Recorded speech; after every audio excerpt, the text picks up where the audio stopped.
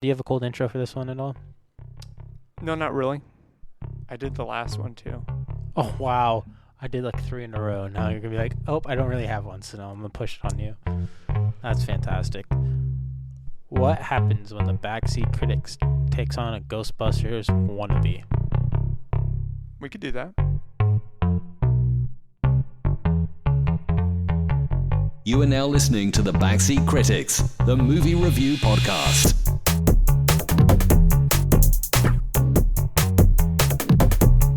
Welcome back to the Backseat Oh, Critics. we're doing it. My We're name's RJ. And my name... You hit record, my guy, so we are going. Oh, my bad. My name's Andrew, for the people who did not know. And today we're talking about the movie Girl v. Monster. You missed the other line. Thanks for ruining our podcast. People don't even know what we're about. But for those who also don't know what we're about, we're talking relationships. We're talking... Putting on the good vibe. Putting on the good vibes. Love you play no games. A higher My name, frequency. You can call me Austere Andrew. AA. Oh, gosh. Oh, we love you. You have the A up. So, this is actually the podcast where we talk about movies that you should steer clear of. That one's for real. 100% for real. Yes. And yes, today we are talking about Girl vs. Monster. Yes, we are. What a movie. What a movie. Every time, though. Every time I say that. Yes, you do. I legitimately liked this movie. You know, we were talking about merchandise before this.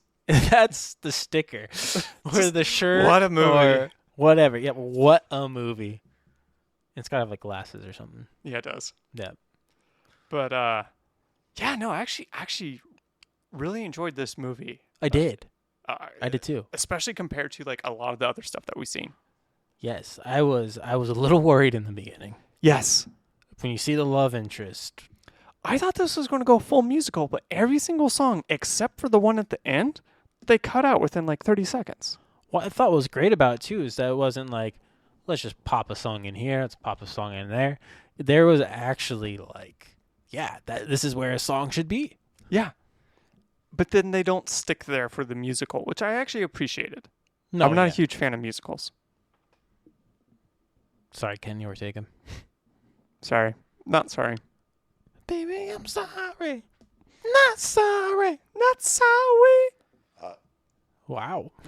That came up like... Big boy over there. Came straight from Tartarus. It burned. And now you got the vial in there. And, Ugh. Anyways. All right. Do you want to do a quick 2-minute summary of this movie? You want me to do it? I can do it. All right, you can go. All right, guys. Have you ever seen Ghostbusters? It's basically that, but Disney. Wow. Okay. So that was basically, yes, 100%. Mix in a little bit of fear aspect. Yeah. A little bit of like Fear. It without the whole like, oh, their weakness is you're standing up to them. It gives a high five to Freddy Krueger, actually. Nightmare on Elm Street. I missed that part. She talks about it in one part. The main villain, witch lady, ghost lady. She's like, let's go, like the other ghosts that are with her, or the other monsters, you can say. Yeah. Are like, let's go attack them right now. And she goes, well, I'm not strong enough because I haven't hate enough of their fear yet. Freddy does the same thing in Freddy vs. Jason. Okay. So, same thing.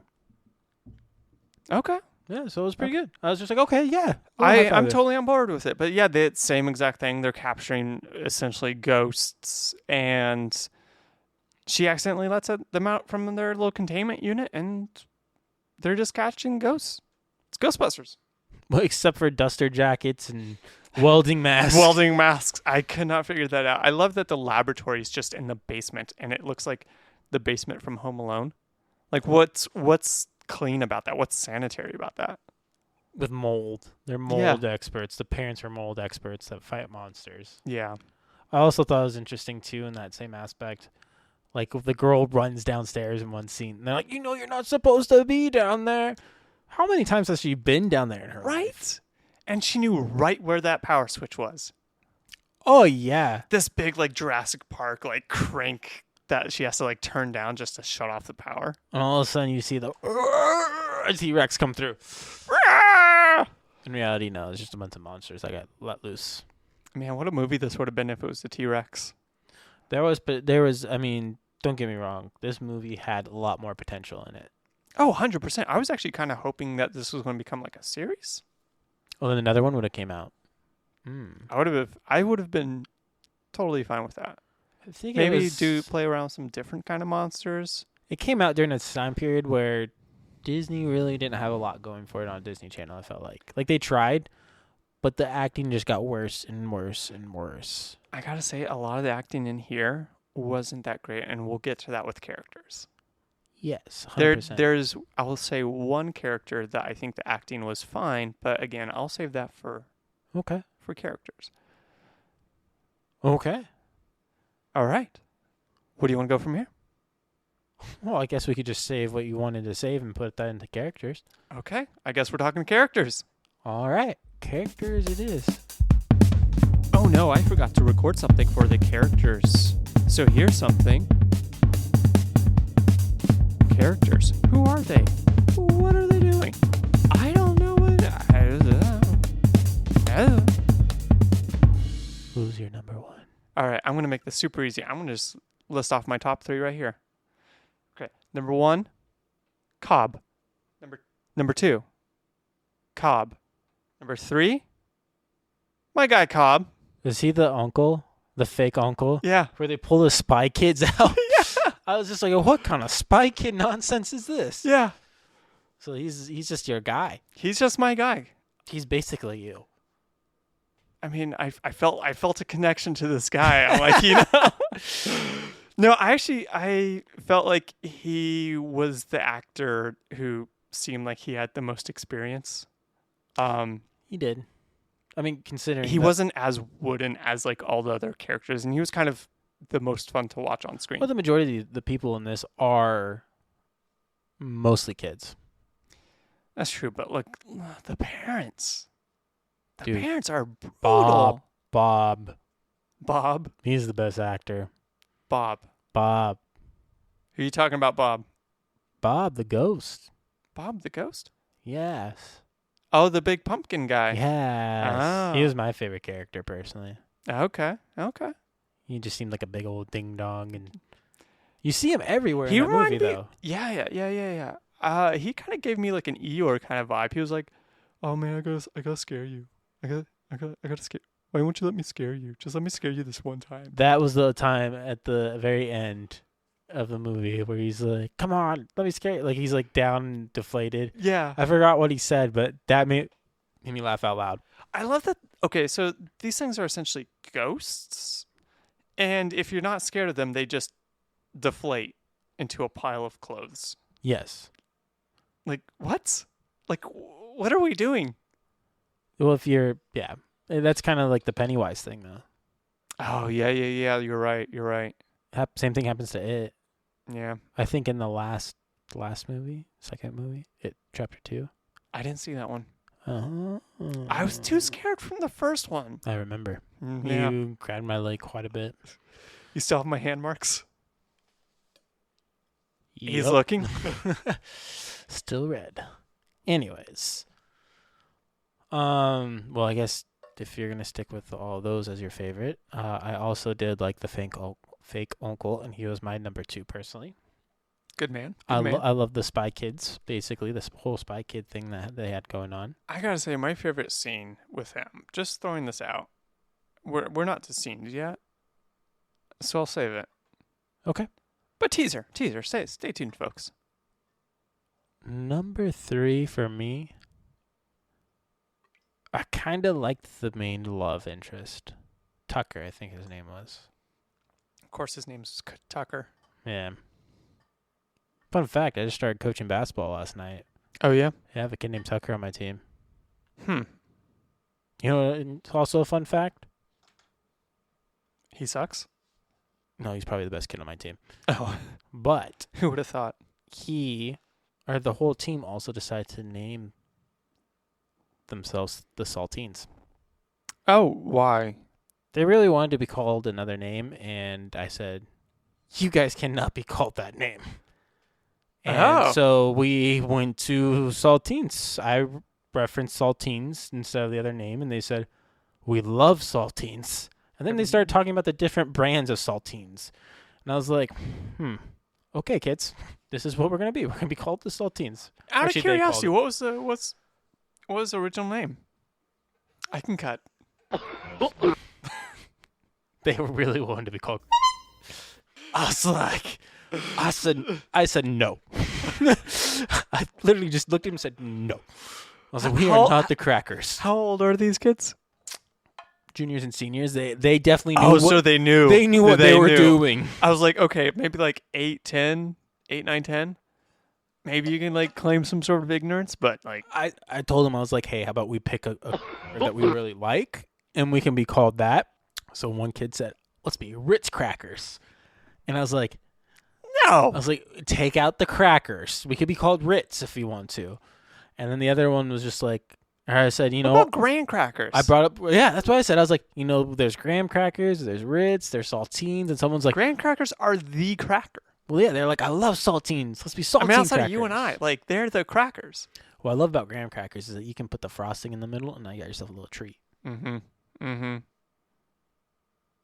They're so delicious. I miss them. To do that, I'm surprised that someone has not monopolized on that and made themselves that little treat. A little treat? Yeah. Seems like they would have jumped on that already. Like packaged it and put it out there. Yeah. Basically like an Oreo. Or Hydros. We will call that the snack of the critics. Okay. So now you know we can reference it as the snack of the critics. Snack of the critics. Graham cracker mixed with frosting. Crusty crackers like crackers. Anyways. Well, that was I kind of like that Tucker kid though. Okay. In the movie, just because I felt like he was just kind of like, he wasn't like the dumb love interest where he maybe has 1 or 2 brain cells. He wasn't annoying like overly. He seemed a little bit more like lucid and present in the movie. And I liked the fact that his weakness was that he was afraid to ask out the girl. Who doesn't have that weakness in high school? I was actually kind of happy that they touched on that, because every other movie they're just like, oh, is he going to leave me to go to college? It's like, but they skip over the whole like just the asking part. But they actually address that here. Or they make it seem so easy. Yeah. But this guy was just like, I really want to ask this girl out, but I'm scared to, and I'm afraid. That is a normal response. Yes. 100%. I only know one person that does not have that. And he asked out 30 girls to be able to get that. Huh? Don Juan? No. Oh. But no, he doesn't have that fear. That Tucker kid was more legit and like a realistic, and that's why he is my third favorite character. Okay, I'll give him an honorable mention on my side. 4. Oh, you have a number 4? No. Okay, good. I'm just making sure that's not one of my top 3 favorite scenes. I love when he tosses his current or ex-girlfriend down the stairs. Okay, because I hate you, because that is one of my top 3 favorite scenes. As first of all, you know what? You could cut this or split this. I don't care how you do it. Or just know that this is my 3rd favorite scene. How about that? Okay. We'll put it as my 3rd favorite scene. Okay. I love the fact that this girl's like, give me a boost. Give me a boost. And she's like getting all ready. She's like cracking her bones. Trying to do what the main character did early in the movie, which was get a boost, jump up high up in the air, and fix a little sign. By the way, who doesn't have like a couple of brooms just to like knock it or try to pull it down? Like, who's smart enough to do that jumping thing with stairs behind them? Right. I was like, whoa, this girl is on something, and it is called envy. Yeah. She wanted Tucker's forehead. Yeah. And she went face first down those stairs. She got what she deserved from it. It was that was one of the scenes that actually made me laugh out loud. And speaking of scenes, we should probably go to scenes. We're off to talk about scenes. Where are we? What's happening? The magical What is going wizards on? of scenes. I'm so confused. Everything. All right, so scenes. Top 3. I guess I'll go first. My favorite scene is in the forest when the friend, I don't remember his name. So there's 3 friends. There's 2 girls. One has a fear of like public speaking or something. The other girl's fearless, but has 15 years of fear thrust on her because she's a descendant of a monster hunter. And then there's just a guy. So they have basically they have the Lizzie McGuire tripod. Yeah. Shout out to Gordo. This guy didn't have much personality, in my opinion. So there's a point where he comes across, so that they're running through the woods. They're being chased. Yeah. They're being chased by some tree stump ants / maybe mammoth. Fastest alive. And then he gets trapped by his little scarecrow guy. And Scarecrow goes like, "Rah!" And he's frozen. He's petrified. He's just stuck there. And the girls find him, and they try getting Cobb out there. And just like that, Cobb is running through the forest with a wheelbarrow to haul the friend back on. And that whole scene was so ridiculous. I loved it. From the little tree stumps that were chasing them around, to the friend being frozen, to Cobb just showing up out of nowhere from the basement of the main character's house with a wheelbarrow ready to haul this petrified guy away. Okay. I don't know. Just something about that sequence of events I actually found like legitimately hilarious. Like it was just bonkers. My favorite scene is when we already touched on it actually, is when he talks the Scarecrow down. Oh, towards the end? Yep, when he tries to he basically has the confidence to say, I'm not scared of you anymore, and the Scarecrow starts to shrink. The Scarecrow's like, come on, you're scared of me. The Scarecrow's like 10, 12 feet tall, something like that. He was huge right there, but He was also in he's stilts. feeding off that kid. Yeah. But I like the whole scene because he's like, come on, you're scared of me. Come on, just a little bit scared? Come on, just a little fentanyl. You'll be fine. Exactly, that's what it felt like. This is pretty funny actually. I Yeah. forgot what he said. Just let me scare you a little bit. Just a little boop. It felt like he said, please be scared of me when the kid left or something Right? like that. Yeah, that was a good part. My number two. My number 2. I'm gonna have to do some redoing here because I actually don't agree with what I wrote down here. Oh, so what do you got for number 2? My number 2 is when they eventually get to this party where everyone is at. It's in a mansion. It's a haunted house kind of vibe next to a cemetery. A lot of OSHA issues at this house with walkways and stuff. Since we're at this house and we're talking about this house, dude, it's the main character is the like family house. Yeah, but she lives in just some suburban house over the way. How do you have like all this property and not even touch it? Right? Your family plays with mold. That house is crawling with mold. Perfect. Also, that house is nice. Yeah, for Scooby-Doo to... Okay, so I missed this. Was that house actually owned by somebody, or is it just like a vacant house? Because it seemed like the lights were working. That's the other thing. I think it was owned by the state. It was owned by the state? Or something like that. I don't know if it actually was like owned. It was a possessed house? Probably. A pun not intended. Well, I wonder if the family in the end goes, hey, there's this ghost. She's trying to get our daughter. Let's not live in this house where the ghost is at, or this monster, quote unquote, because they are ghost form monsters. Right. Let's not live here so this lady doesn't catch him. And so they're like, let's just get rid of this house. And maybe they sell it or whatever. I don't know. Maybe it's in the will that the dad writes that just says, that's right, my family should not live in this house, so get rid of it. Get rid of it? And then in the future, some Wendigos find the house, grow up there. They find a diamond in the basement. They turn into werewolves. And then the dog from Arizona comes running for his girlfriend. And Alf, at some point, shows up and just narrates the whole thing to the audience. He goes, these guys are crazy. Did you see that doctor back there? He's still burnt into the floor. And then we have the shrimp costume dancing around in the back. Just dancing around, just forever trapped. And Doodle Bop. But anyways, so my favorite scene takes place in this mansion. And it was a part where they're passing by this guy that was dressed up as a werewolf. Yeah. And he like scares them. And he starts to walk away. And they're like, oh, hey, Cody or whatever his name was. Where are your feet? He's already walking away. And you recognize he's a ghost. And your first thought is like, hey, I want to confront this guy. He's walking away. Yeah. Like that confrontation is over. Why are you escalating this? They poke fun at it. But then it gets better. Because apparently this dude is like a little mustached, like Dobie the house elf ghost that just like chases after them. He's just like this little shrunken head of like Dobie the house elf with a big old mustache and goatee, just chasing them down. Because of that ghost, that's your favorite.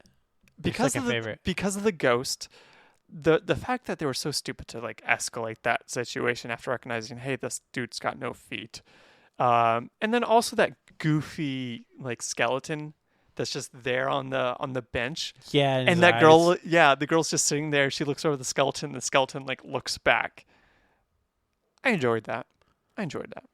My number 2 would be the scene where the lead main character. Okay. She's supposed to go up and sing with her. Man, wish we learned some names here. Yes. The main character wanted to go and sing with our boy Tucker. Which time? At the one she has fear. Oh, okay. She has fear, 15 years of fear pulsing through her, as you mentioned before. And so she goes up and sings, starts to struggle, and then all of a sudden the girl with the broken neck that jumps in from my third favorite scene shows up, and she basically takes over.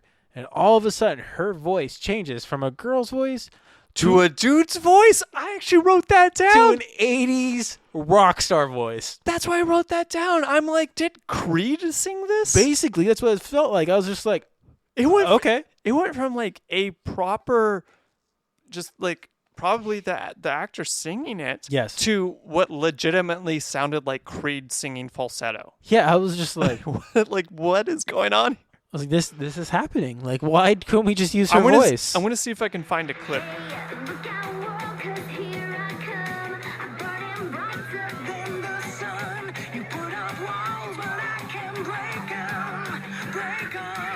It's a weird transition.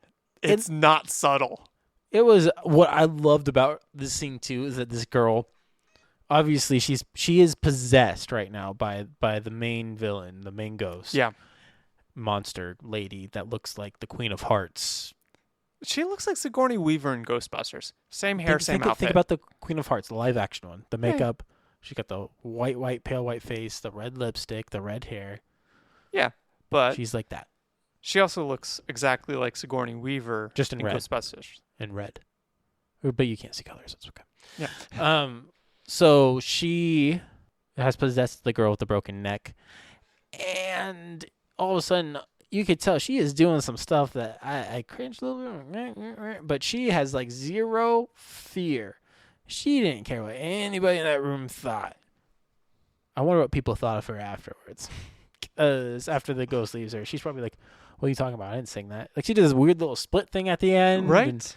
And all of a sudden, Creed's just like, arr! Okay. So this has actually been bugging me, and I want to go on kind of an off-topic rant right now. Okay. So the main character girl, she, at the beginning of the movie, they established she doesn't feel fear. Mm-hmm. She's not scared of this gargoyle thing that they kind of see out of the corner of their eye. She's not scared of the dark. Wait, you mean the cat? The cat? They call it a cat. And it's just like, what cat makes that noise? Right. This thing is roaring like a T-Rex. And you're like, oh, it's a cat. Oh, it's a cat. My girl, no. I've got a cat. And if my cat made that sound, that cat is gone. That cat's being punted. I'm sorry. We probably shouldn't have said that. Do not post that, actually. We should probably cut that. I'm keeping that. No, we are not talking about punting cats. So anyways. We're putting the cat in kitty cannon. There we go. So after RJ punts the cat. No, kitty cannon. You ever play that game, kitty cannon? No, I haven't. You never played kitty cannon? Oh, wait. Yes, I did in in junior high or something. Yes, kitty cannon. Great game. Yes. Forgot about that one. Anyways, they established that she doesn't feel fear at all. And then there's a point that they introduce, like, hey, there's monsters out there and some of them want to kill you, blah, blah.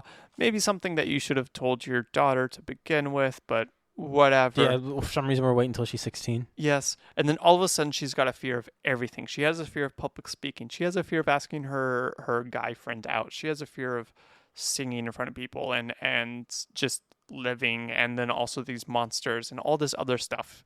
And as Cobb says, it's 15 years of fear. Would have it been better if she was just so pampered the first part of her life, she didn't have to feel fear until that moment? That just felt like a really weird script writing thing that they did. I kind of liked it. Really? I kind of liked it. It really bugged me. I liked it. Because it's like, why are we even touching on her, like, not feeling fear and then feeling fear and then going back to not feeling fear at the end? Like, it's just a weird... fake character arc. Well, what I found fun about it, because you're bringing this up, is that she was able to defeat 15 years of fear in a matter of seconds. So I feel like, as our good friend Bob mentioned during Babes of Toyland, had an underlining theme. This one is confidence.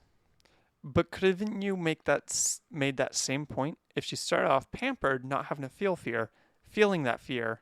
No. And then I completely disagree. Because then you would have seen that growth from not feeling fear, being scared of everything, and being just handed everything, to actually facing her fears and becoming kind of a go-getter. Like, that makes more sense as a character How arc. many movies, though, have you seen that? An arc like what we saw here? No, what you just said. Quite a few. How many movies have you seen with an arc like this? None, because it's a stupid arc. And that is why they went this direction. Thank you. Because it's a stupid arc. No, not because it's a stupid arc. It's because a stupid arc, and it really undermines the character. They could have done more with it. It undermines the character. They could have done more with it, yes, but I liked the background, the theme of it. Because, like, for instance, no way do you get over 15 years of fear. No. In a matter of a day. No, absolutely not. So, yes. But it's just added dialogue that they don't need. It's added scenes that they don't necessarily need, when they could have just told a more straightforward story and made that growth a little bit more apparent. Well, I mean, that happened throughout the whole movie. Let's not lie. The whole movie was rough around the edges. Some things they started going down the path of. No, I'm not lying. I'm just saying, like, out of everything, like, that was the most glaring, like, writing issue. No. Yeah. No, the whole glaring writing issue, I felt like, was more of how they made such a big deal about the bloodline in the beginning. Oh. Yeah. I mean, if you are a movie, like a horror movie or a monster movie fan, if you're going to talk about bloodline, there better be a great monster hunter at the end of that.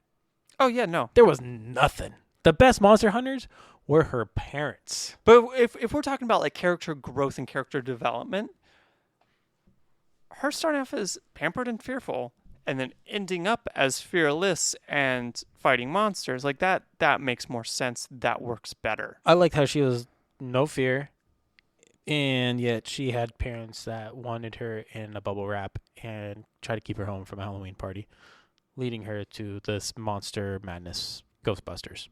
All right. I mean, you're wrong, but, I mean, we'll move on. Put this in a vote. I declare a vote. And that needs a drop. We should put it on a vote on Instagram.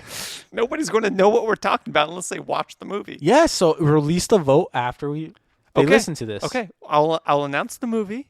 Okay? So the people listening to this now will already know what the movie is coming out when this comes out. Okay. So would they rather be pampered? See a pamper girl go to poop? Or would they rather see no fear girl go to poop? There's your vote. Yeah, you're stunned. You're stunned because we've never had a vote declared on the Backseat Critics, and it just happened. It just happened because was this our 20th episode? 23rd. 23rd episode. Mark it in history. A first has happened. Yes. And you know what? There we go. A first has happened. People are going to find out about it. Is it actually? I don't know. There's some we haven't released yet. Yeah, there's some that we haven't released. My bad. This is going to be our 22nd episode. See? So the 22nd episode, history happened. Yes. And now you called a vote. I called a vote upon... All right. Well, that's something we got to do is try to figure out what we call the people who follow us. Tailgaters. I don't know. We'll work on a name. Tailgaters. We'll put this up to a vote. We'll put that to a vote too. We got to figure out some other names first before we put that to a vote. Tailgaters. Caravanners. The Crities. Crities? Yeah, no, they need some work. The Lobsters. The Eberts. Isn't it right? That's giving them too much credit. Well, they're listening to us, probably critiquing us in the back of their head. The Eberts. The Waldorfs. Well, okay, guys. The Stantlers. Okay. By the time this episode airs and you're listening to this argument here, the vote will already be done. But check out our Instagram page at The Backseat Critics. And while we're talking about that, we'll go to my third favorite scene. That's fine. I already said mine, so. Okay. My third favorite scene was just how stupid the parents were.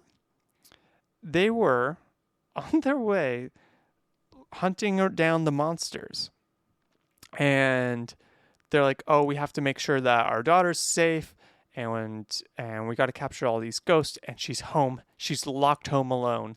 And then just out of the blue, they hear, hey, Mom, Dad, come help me, from a parking garage. And they even called it as a trap. They even knew it's a trap. They're like, this is a trap. This is a trap.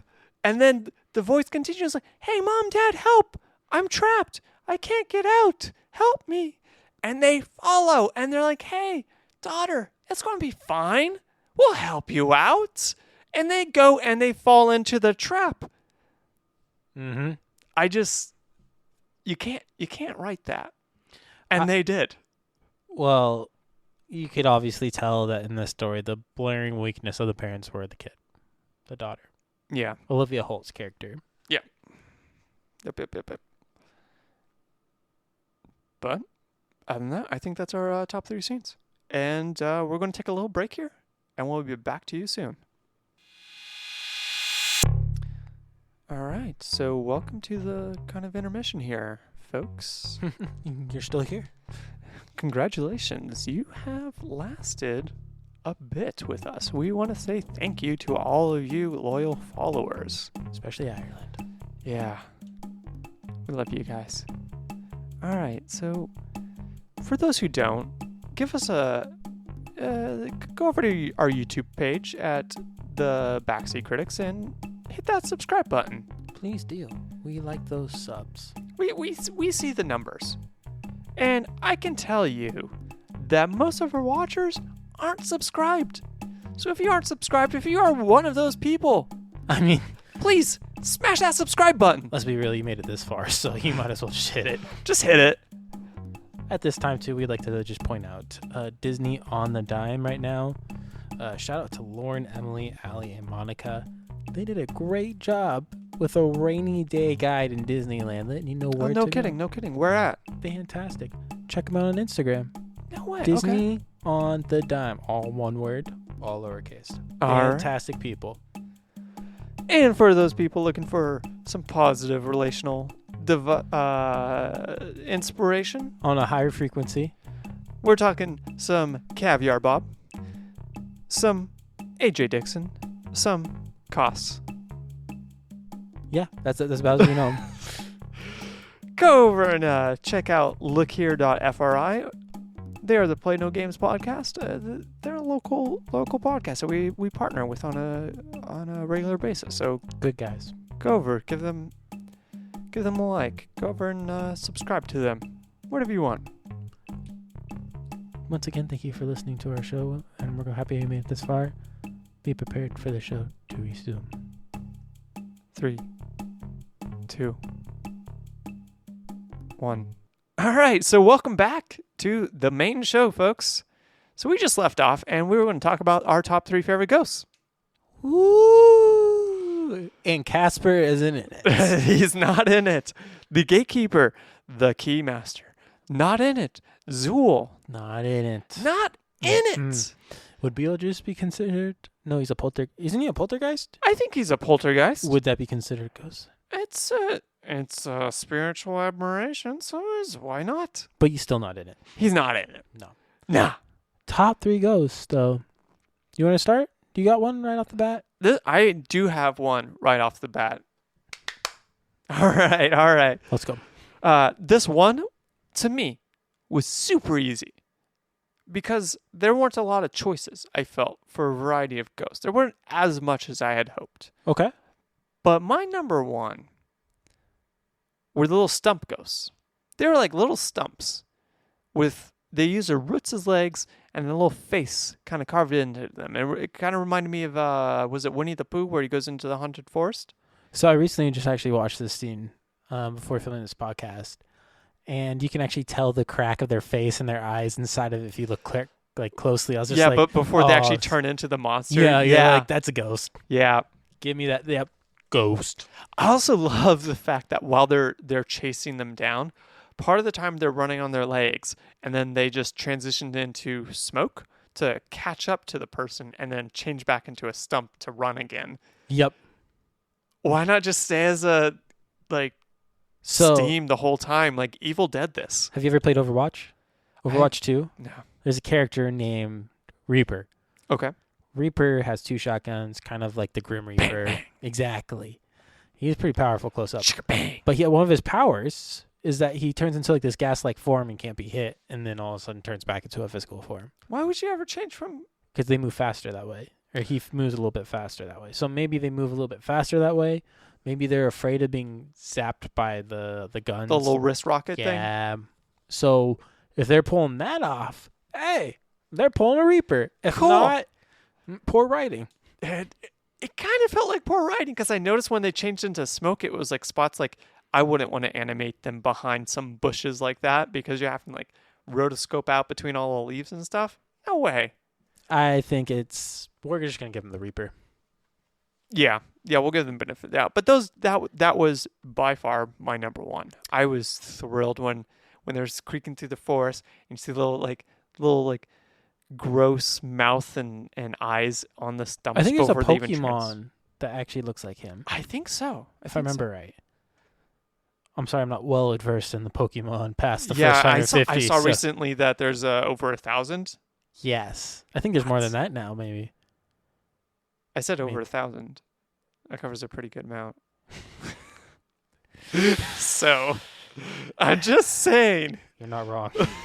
That is very true. A million, Anyways, million is over 1,000. My RJ. first ghost is going to be Hold Bob. Hold up. Yes. You do math, right? What's that? All right, cool. Moving on. Bob. Bob. He's my first favorite ghost. You know what? He's my number 2. He's your number 2. I just He's love my number 2. I love his arms attitude. the whole time. Oh, yeah. They're just like hanging there. I love his legs. Yeah, He's got the like attitude. long legs, and you could totally tell that he's on stilts the whole time. He looks, 1, like a character from Halloween Town. Okay. 2, he sounds like a villain from Power Rangers. I know we reference Power Rangers a lot. But mix those 2 together, and you got Bob. Okay. He reminded me a little bit of a cheap knockoff 90s version of, I forget the guy's name. It's like Wilson or something. Scary Stories to Tell in the Dark, the scarecrow in that. Okay. It reminded me, like, if that was made in the 90s, that's probably what it would look like. Oh, so you're talking about the scarecrows I can buy at Spirit Halloween. Yeah. Okay. Well, you've seen Scary Stories to Tell in the Dark? No. Guillermo del Toro? Oh, okay. Not yet. Me too. It's fine. It's okay. The monsters are cool, but that's about.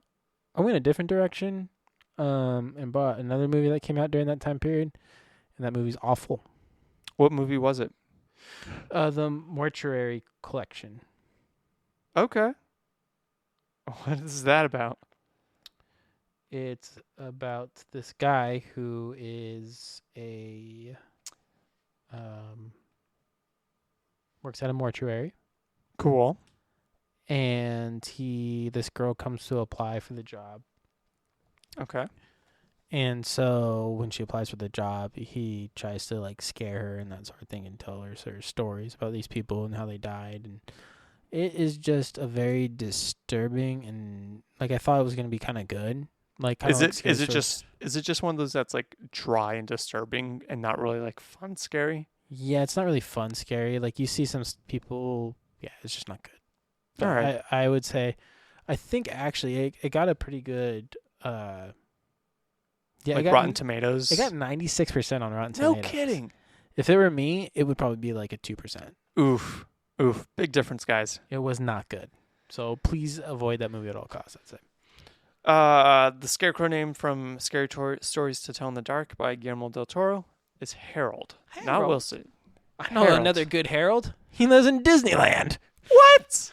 He's on the Matterhorn. There's another movie with a guy named Harold. They go to White Castle. Harold's also in the Guardians of the Galaxy Breakout. Never He's on the ride. No kidding.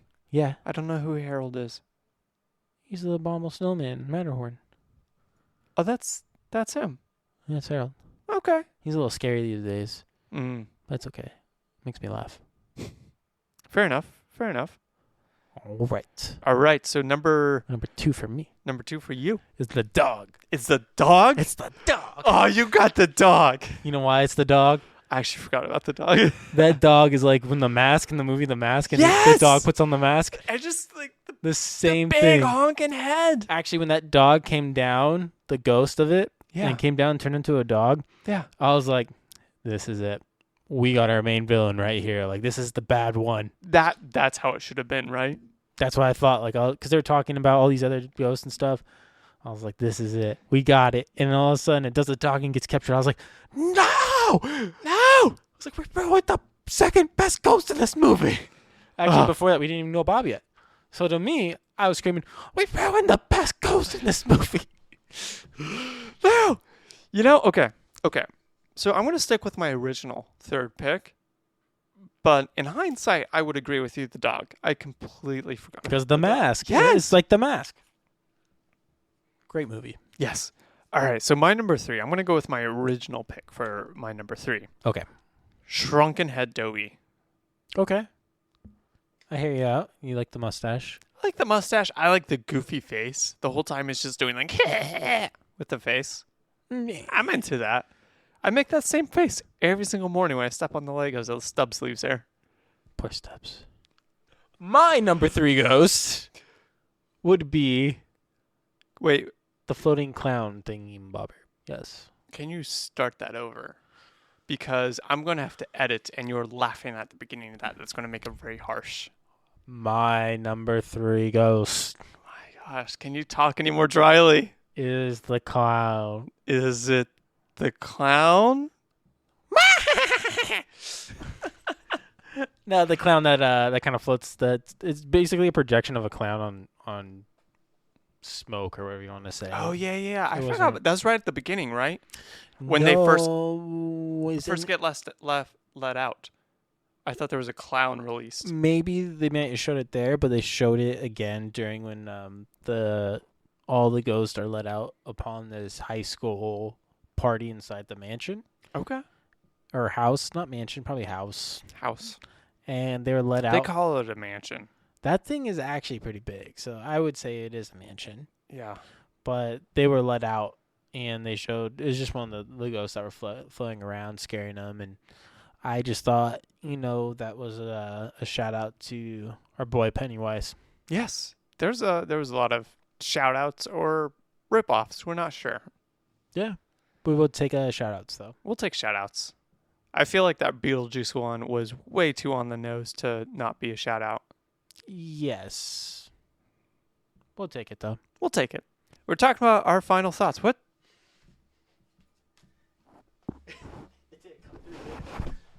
I was trying to fart in the... Did you fart? Dude. So did it come through for you? That's the one that Jen's been using for interviews. Don't let her touch it with her eyeballs now. I don't know. She talks kind of like this to it.